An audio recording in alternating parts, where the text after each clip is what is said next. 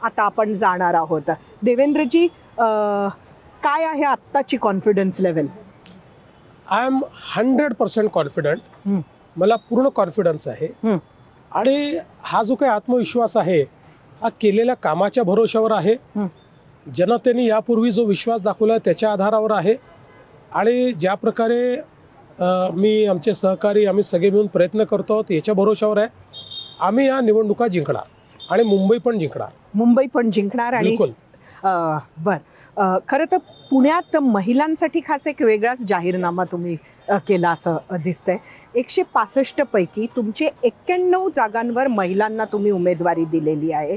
मुंबईतही बेस्ट प्रवासात 50% ची सवलत ही खास महिलांसाठी आहे.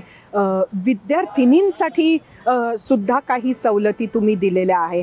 आणि एकंदरीतच बघितलं विद्यापीठातलं आरक्षण जर बघितलं तर त्यामुळे बऱ्याच घोषणा या महिलांसाठी आहे. लाडक्या बहिणीची जे काही यश तुम्हाला विधानसभेत मिळालं त्यानंतर ह्या सगळ्या निवडणुका महिला सेंट्रिक करायचं असं तुम्ही ठरवलं का? नाही, केवळ एवढंच कारण नाहीये. मुळामध्ये आत्ताचं जे राजकारण आहे हे राजकारण हळूहळू महिला सेंट्रिक व्हायला लागलेलं आहे. आणि जेव्हापासनं माननीय मोदीजींनी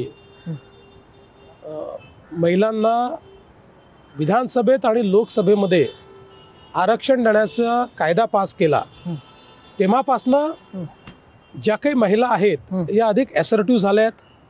त्या राजकारणामध्ये अधिक सक्रिय झालेल्या आहेत आणि अतिशय मेहनतीने काम करत आहेत. आणि अर्थातच आमचा हा प्रयत्न असणार आहे की त्यांची जास्तीत जास्त मतं आम्हाला मिळावीत. आणि म्हणून एक नारी सशक्तीकरणाचा अजेंडा हा आम्ही त्या ठिकाणी घेतलेला आहे आणि तोच या ठिकाणी रिफ्लेक्ट होतोय.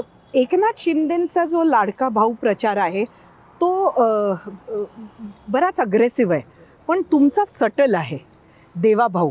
आणि देवाभाऊंचा प्रचार हा असा सटल ठेवलाय तुम्ही, का बरं? नाही, आता देवाभाऊ म्हणून मी एस्टॅब्लिशच झालो आहे. आता बहिणी मला देवाभाऊच म्हणतात आणि भाऊही देवाभाऊच म्हणतात. त्यामुळे आता त्याला वेगळ्या प्रकारे प्रचारित करण्याची आवश्यकता नाही आहे. आपण जर बघा, मी कुठेही गेलो तर गर्दीतनं 2-4दा आवाज येतातच देवाभाऊ देवाभाऊ म्हणून. आणि मला असं वाटतं की एक भावनिक नातं हे महिलांशी आमचं तयार झालेलं आहे. या महापालिका निवडणुकीमध्ये एक अजून आपण बघितलं की म्हणजे एक नवीन पद्धत तुम्ही प्रचाराची आणली. म्हणजे आधी तर आम्ही तुम्हाला बघितलंय तुम्ही धावत धावत लिटरली एका सभेनंतर दुसरी सभा, एका रॅलीनंतर दुसरी रॅली, अगदी रात्रीपर्यंत तुम्ही प्रचार करताना आम्ही तुम्हाला बघितले. पण यावेळेला तुमचा फोकस मुलाखतींवरही आहे. खास सेलिब्रिटी मुलाखती सुद्धा तुमच्या वेगवेगळ्या शहरात होत्या. तर तुम्हाला कोणी सांगितलं की त्या मुलाखतींच्या माध्यमातून जास्त चांगलं व्यक्त होता येतं की काही विचार करून एक रणनीती तुम्ही अशी ही आखली? प्रचाराची पद्धत जी आहे ही मी स्वतः तयार केली. ज्यावेळी मी बघितलं की साधारण प्रचार 1-2 तारखेला सुरू होईल, तो 12 तारखेची शेवटची सभा करून 13ला तो संपेल. कमी वेळ आपल्याकडे आहे. 29 महानगरपालिका आहे. महानगरांच्या क्षेत्रामध्ये बहुधा त्यांची अपेक्षा अशी असते संध्याकाळची सभा व्हावी. संध्याकाळ काही एवढ्या मिळणार नाही आहेत. आणि म्हणून मग जास्तीत जास्त लोकांपर्यंत पोहोचण्याचं माध्यम काय, मग मी त्याचा प्लॅन केला. काही ठिकाणी रोड शोज करायचे, काही ठिकाणी सभा करायच्या आणि मग काही जाहीर मुलाखती करायच्या. कारण या प्रगट मुलाखतीतून आपल्याला आपला कंप्लीट अजेंडा लोकांपर्यंत पोहोचवता येतो.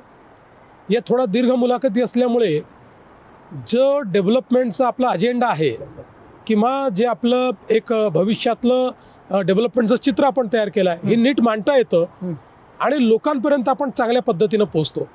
आणि मला असं वाटतं की हा प्रयोग खूप यशस्वी झाला.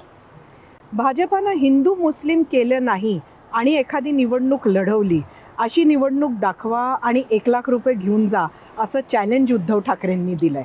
नाही, मी आपल्यालाच विनंती करतो, कारण शेवटी आपण पत्रकार आहात. पत्रकार हे तटस्थ असतात, ते त्यांचे नाही ना आमचे नाही. प्लीज जाऊन माझे 1 लाख रुपये उद्धव ठाकरेंकडनं घेऊन या. याचं कारण आपण मुंबई सोडून कुठल्याही महानगरपालिकेचं माझं भाषण कुठलंही भाषण काढा, त्या ठिकाणी आपल्या लक्षात येईल त्या भाषणांमध्ये की फक्त आणि फक्त विकासावर बोलतो. फक्त विकास, दुसरा विषयच मी आणत नाही. फक्त विकासावर बोलतो. आणि मुंबईमध्ये फक्त उत्तरं देतो. हं. विकासावर 90% आणि 10% उत्तरं देतो. त्यामुळे तुमच्या चॅनलनी माझी खूप भाषणं लाईव्ह केली आहेत.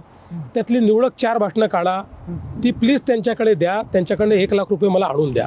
पण मी जो चॅलेंज दिलाय तो चॅलेंज मात्र ते अजून पूर्ण करू शकले नाहीत. तुमचा चॅलेंज माझा चॅलेंज असा होता की उद्धवजींचं विकासावर एक भाषण दाखवा आणि 1,000 रुपये मिळवा. मी छोटा माणूस आहे, मी लाख रुपयेवाला माणूस नाही आहे. तर मी 1,000 रुपये मिळवा. त्यांनी तरी भाषण केलं नाही म्हणून 2,000 केले. मग ते आता 5,000 रुपयापर्यंत मी पोहोचलोय. आणि तुमच्या चॅनलवरनं ऐलान करतो 7,000 रुपये मी देईन. उद्धव ठाकरेंचं विकासावरचं एक भाषण दाखवा, 7,000 रुपये माझ्याकडनं घेऊन जा. एकंदरीत ना विकास म्हटलं की